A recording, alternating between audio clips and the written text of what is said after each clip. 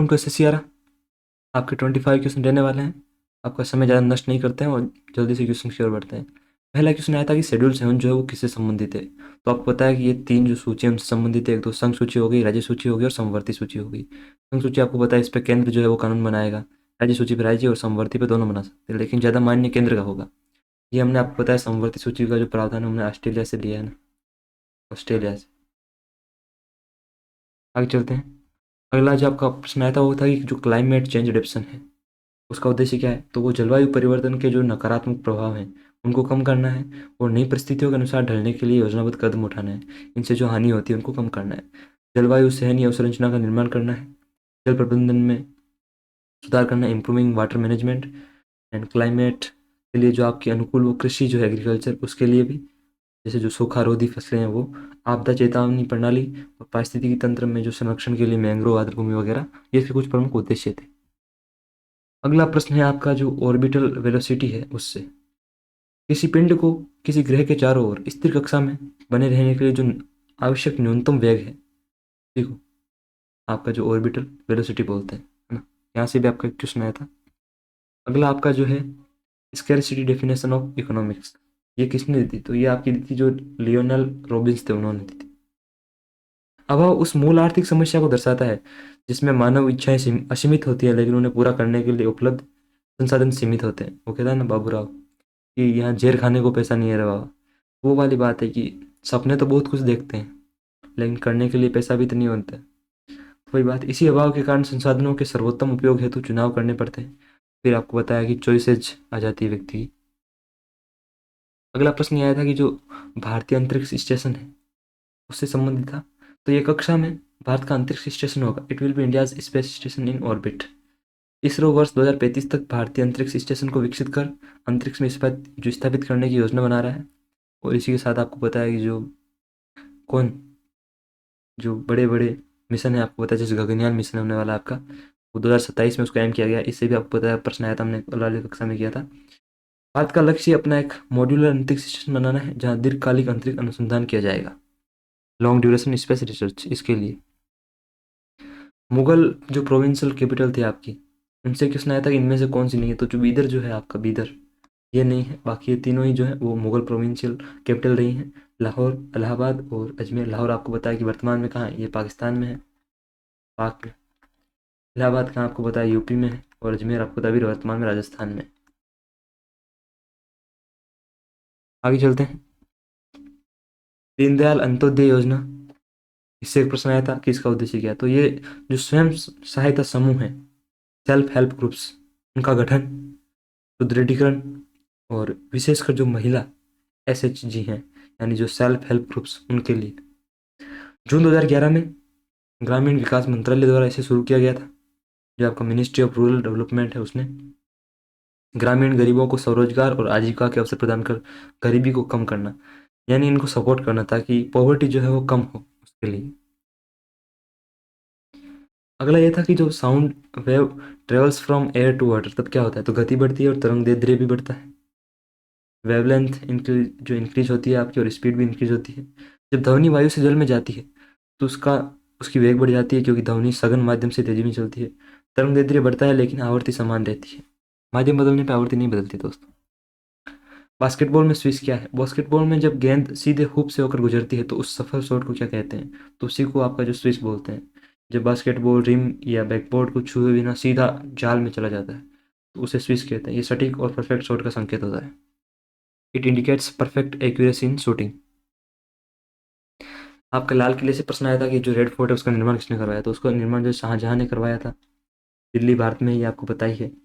और सामग्री जो है लाल बलुआ पत्थर, उससे बनाई है। वास्तुकला जो मुगल स्थापत्य कला, और जो यूनेस्को वर्ल्ड हेरिटेज साइट है उसमें आपको 2007 में इसको ऐड किया गया था। एक आपको प्रश्न आया था इससे जो साइटोस्केलेटन है उससे, ये सभी यूकेरियोटिक जो कोशिकाएं हैं संरचनात्मक रूप से प्रोटीन के एक आंतरिक नेटवर्क द्वारा समर्थित होती हैं जिन्हें निम्नलिखित के रूप में जाना जाता है। तो ये प्रश्न था, इसका उत्तर ये था आपका जो साइटोस्केलेटन है वो कोशिका में प्रोटीन एलिमेंट का जाल जो कोशिका को आकार, सहारा और गति देता है। ये इसका कुछ प्रमुख कार्य है। आगे चलते हैं। अगला प्रश्न आपका जो नेशनल एंटी डोपिंग एजेंसी है नाडा, क्या है था। की स्थापना 2005 में हुई थी। खेल मंत्रालय भारत सरकार के अधीन में आता है ये। और नई दिल्ली भारत में, आपको पता है इसका मुख्यालय। ये पता है, ये देखता है कि कोई खिलाड़ी नशा वगैरह नहीं कर रहा है, ड्रग्स वगैरह तो नहीं ले रहा है। ये उसकी मतलब जान से संबंधित है ना, एंटी डोपिंग से। आपको पता है जो कर्जन जो था, लॉर्ड कर्जन, वो पुलिस रिऑर्गेनाइजेशन और सीआईडी से संबंधित था। उससे भी एक प्रश्न आया आपका। लॉर्ड कर्जन जो भारत का वायसराय रहा था, उसने भारतीय पुलिस को अधिक दक्ष और पेशेवर बनाने के लिए पुनर्गठित किया, यानी कि रीऑर्गेनाइज किया। Criminal investigation department, CID. क्या, ये क्या बक रहे हो? हेलो, मैं सीआईडी से ऐसी भी प्रतिमन बात कर रहा हूँ। सर सर, मैंने किसी को मार दिया है यहाँ, ये क्या खून हो गया? तो सीआईडी जो है 19, जो आपकी ऐसी भी प्रतिमन वाली, जिसमें दया अभिजीत वगैरह जो रहते हैं, तो भारतीय पुलिस व्यवस्था के तहत इसको स्थापित किया था। और उद्देश्य क्या था? अपराध जांच, खुफिया जानकारी संग्रह और कानून व्यवस्था। Lord Curzon, viceroy of India, ये आपका यहाँ पे नीचे इंग्लिश में दे रखा है, इंग्लिश वाले यहाँ देख ले भाई। 1902 में इसने सीआईडी की स्थापना करी थी। अगला भारतीय साक्ष्य अधिनियम से है। इसका प्रमुख, इसमें ऐसा क्या चेंज किया गया है? तो इसमें जो 2023 वाला है वो आधुनिक साक्ष्य की स्वीकार्यता सुनिश्चित करना, इंश्योर, जो हमारी जो मॉडर्न एविडेंस है उनको इंश्योर करने के लिए, है ना, कि भैया हाँ हम ये स्वीकार करते हैं, जो आधुनिक साक्ष्य की स्वीकार्यता है उसके लिए। यह नया कानून इंडियन एविडेंस एक्ट 1872 को बदलता है। इसका मकसद सबूत को, नियमों को आधुनिक डिजिटल युग के अनुरूप बनाता है। यह अधिनियम 1 जुलाई 2024 से लागू है। अब पता है आजकल जो गवर्नमेंट है, जो लॉज हैं हमारे, जो कानून वगैरह, वो महिला शक्ति को ज़्यादा आपको पता है सपोर्ट करते हैं। आपको पता है आज से कुछ साल पहले एक केस हुआ था, जब लखनऊ, संभवतः शायद लखनऊ की बात है, जहाँ एक महिला, क्या नाम था उसका, प्रियदर्शिका कुछ ऐसा करके उसका नाम था, उसने एक ऑटो वाले को, आपको पता है, 3-4 झापड़ भी लगाए थे। फिर आपको बताया कि कुछ वीडियोस सामने आए, तो फिर उसको माफ़ी मांगनी पड़ी। तो उसका कारण क्या था? उसका कारण था कि जो आधुनिक साक्ष्य हैं आज की डेट में, व्यक्ति के पास क्या है सर, वही है कि वो कुछ, उसके साथ अगर अन्याय हो रहा है तो वीडियो बना सकता है, वही है। वरना तो आपको पता है आज की डेट में अगर वीडियो ना हो तो व्यक्ति फंस सकता है। इसलिए दोस्तों, वीडियो बनाएं जब आपको लगे कि आप किसी असमंजस की स्थिति में हैं, जहां आपके साथ कुछ अच्छा, कुछ बुरा हो सकता है ना, वहाँ पे।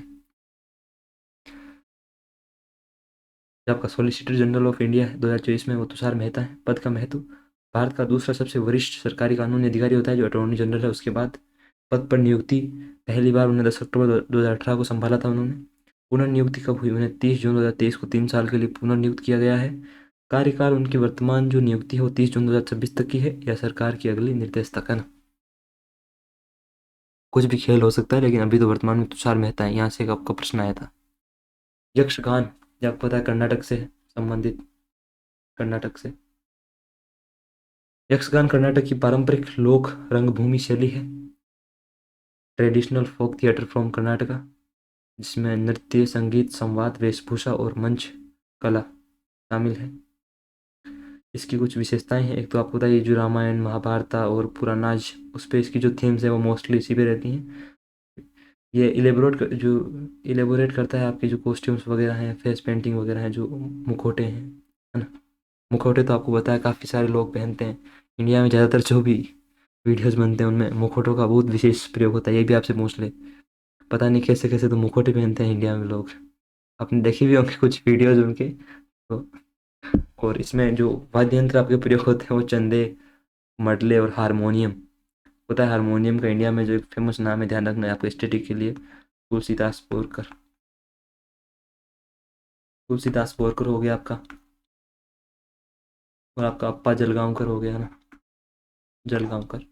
ये कुछ प्रमुख नाम है, जलगांवकर। आगे चलते हैं दोस्त। जो तीर्थंकर हैं आपके जैनिज्म में, तीर्थंकर, उनसे आपका एक प्रश्न आया था कि पहले तीर्थंकर कौन थे। तो आपको पता है जो ऋषभ नाथ थे, ऋषभ देव थे, जिन्हें आदिनाथ भी बोला जाता है, वो पहले तीर्थंकर थे। तीर्थंकर वे आध्यात्मिक शिक्षक होते हैं, spiritual teachers, who have attend Kaivalya Gyan, जिन्होंने केवल ज्ञान को प्राप्त कर लिया है, मोक्ष की ओर मार्गदर्शन किया है। पहले आपको बताया तीर्थंकर कौन थे? ऋषभनाथ, ऋषभदेव आदिनाथ। 24वें महावीर थे, जो बुद्ध के समकालीन थे, आपको पता है। 22वें कौन थे? 22वें अरिष्टनेमी थे, अरिष्टनेमी। और 23वें आपको बताया कि जो पार्श्वनाथ थे, पार्श्वनाथ, वो 23वें थे।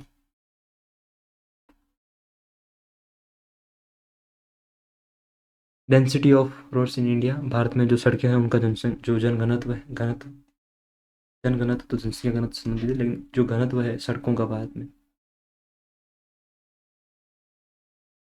भारत का कुल सड़क नेटवर्क लगभग 6.62 मिलियन किलोमीटर है।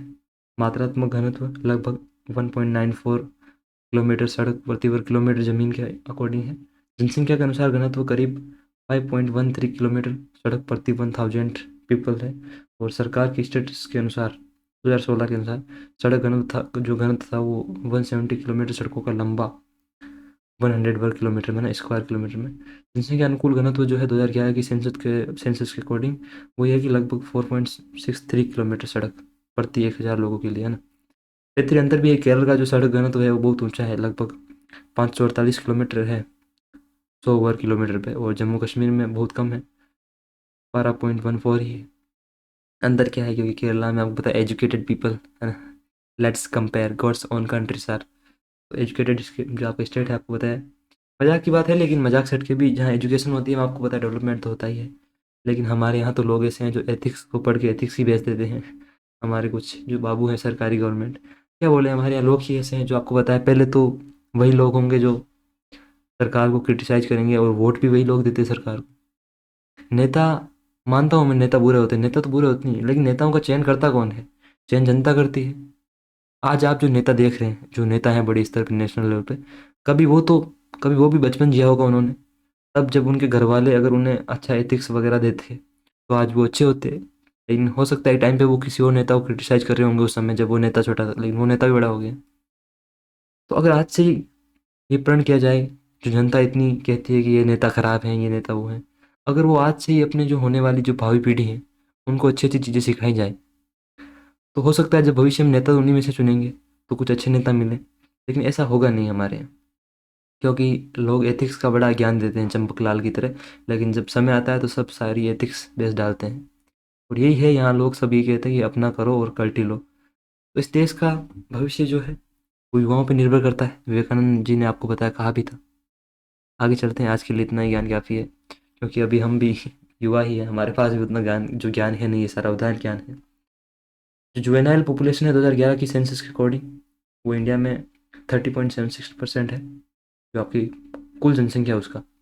ये आपका जो 0 से 14 साल, ने कभी 0 वर्ष का बच्चा देखा है दोस्तों? लेकिन होता है, इंडिया के एजुकेशन सिस्टम में होता है। तो आपसे पूछे कि आपकी आयु क्या है, मेरी आयु 0 वर्ष है। तो 0 से 14 वर्ष तक, क्योंकि 14 वर्ष के बाद किशोर क्यों नहीं रहता, क्योंकि 14 वर्ष के बाद व्यक्ति में कुछ हार्मोन जो है वो आपको पता है चेंज होते हैं, कुछ नई चीज़ें व्यक्ति के जीवन में उत्पन्न होती है। अब उसी डिस्कशन के लिए अभी यहाँ लोग तैयार नहीं है भारत में। एक जो मेजर कमी जो है इंडिया में वो ये है कि आज जो ऐसे युवा ऐसा भटक रहा है, उसे लत लग चुकी है ऐसी बुरी चीज़ों की, उसका कारण ये है कि यहाँ लोग सुनने को तैयार नहीं है। यहाँ ऐसी बातों को दबाया जाता है, और जितना किसी चीज़ को दबाओगे उतना व्यक्ति का उसके अंदर जो रस है वो उत्पन्न होगा, उतना जिज्ञासा बढ़ेगी कि ऐसा क्या है जो हमसे छुपाया जा रहा है।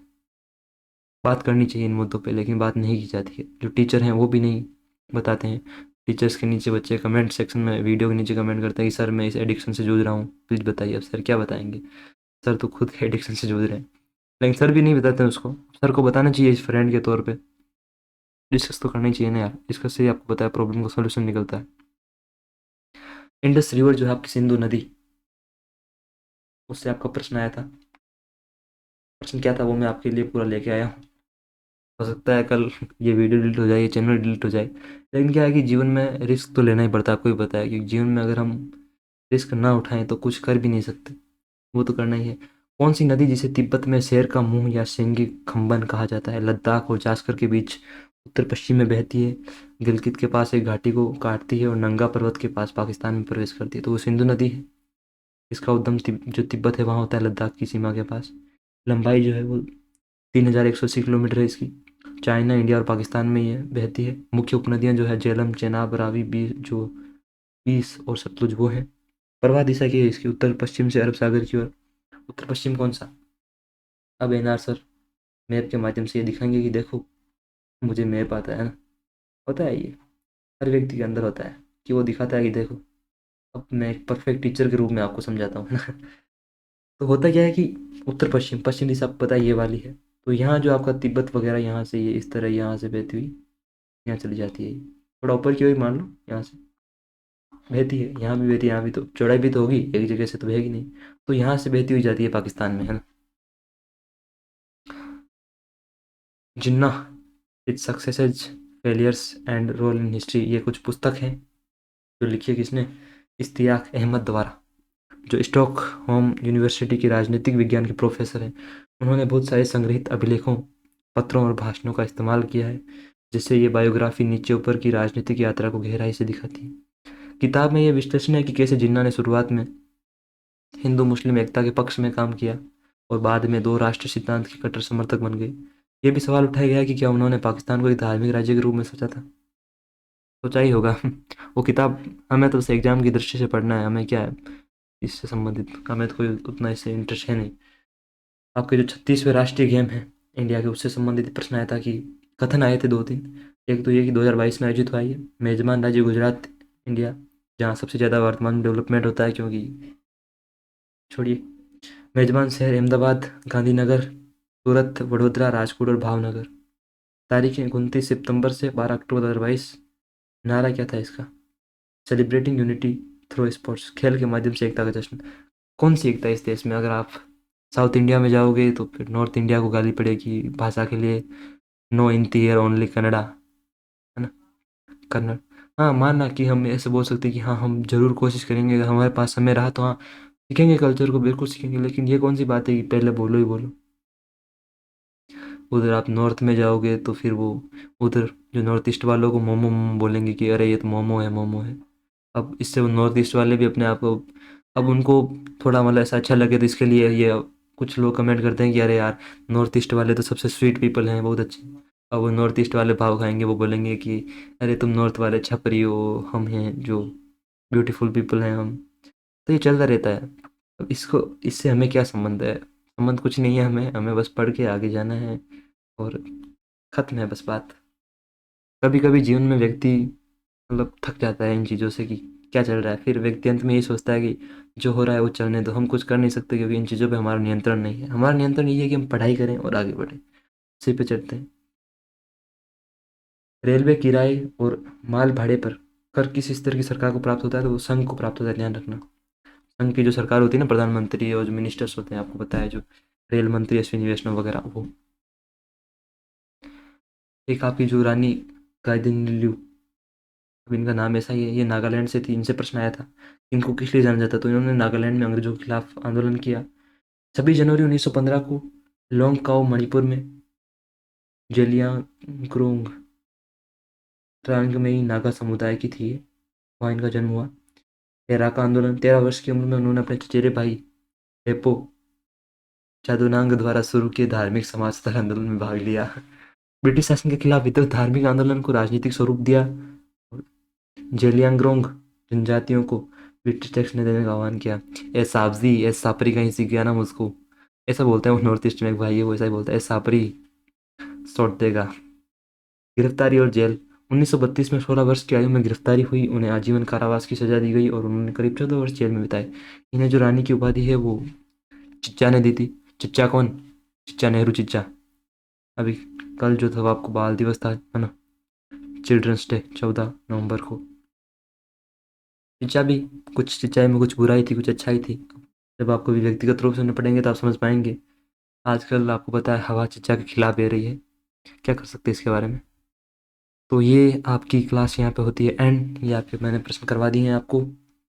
आई होप कि आपको अच्छा लगा होगा। अगर कुछ बातें आपको मेरी बुरी लगी तो मैं क्या कर सकता हूँ उस चीज़ में। बुरी लगी तो आपको सुधार करना होगा, क्योंकि मैं तो गलत हो ही नहीं सकता। क्योंकि मैं तो आपको पता है पूर्ण पुरुष हूँ, अवतार पुरुष हूँ। मजाक की बात थी दोस्त, लेकिन अगर आपको बुरा लगता है तो उसके लिए माफ़ कर देना, क्योंकि कभी कभी व्यक्ति कुछ बोल देता है अनजाने में। क्योंकि ओशो कहते हैं कि होश ना हो तो जीवन चूक जाता है, इसलिए जीवन में होश आवश्यक है। अगर आपको अच्छी लगी हो तो लाइक कर देना, सब्सक्राइब कर देना और कमेंट कर देना। अगले वीडियो में मिलते हैं। मेरे को पता है कि अभी पढ़ाई थोड़ी मुश्किल हो रही होगी आप लोगों को, लेकिन एग्जाम से पहले इन क्वेश्चन को जरूर देख लेना। हो सकता है यहाँ से अगर एक दो प्रश्न भी आपके आए हर क्लास से, तो आपके लिए वो बहुत चीज़ें आगे जाके इम्पोर्टेंट हो जाएंगी। तो अगर आपने यहाँ तक देखा तो आपका बहुत बहुत धन्यवाद कि आपने इतना इम्पोर्टेंट टाइम हमारे लिए निकाला, अपने लिए निकाला। देख रहे हो, अगर आपने यहाँ तक देखा है तो आप एक सीरियस पर्सन हो जो अपने लाइफ को लेके कुछ अच्छा करना चाहते हो, और अगर आप कर रहे हो तो ज़रूर आपको सक्सेस मिलेगी, ऐसी मेरी कामना है, इच्छा है। ठीक है, फिर मिलते हैं अगली क्लास में, तब तक के लिए बाय बाय।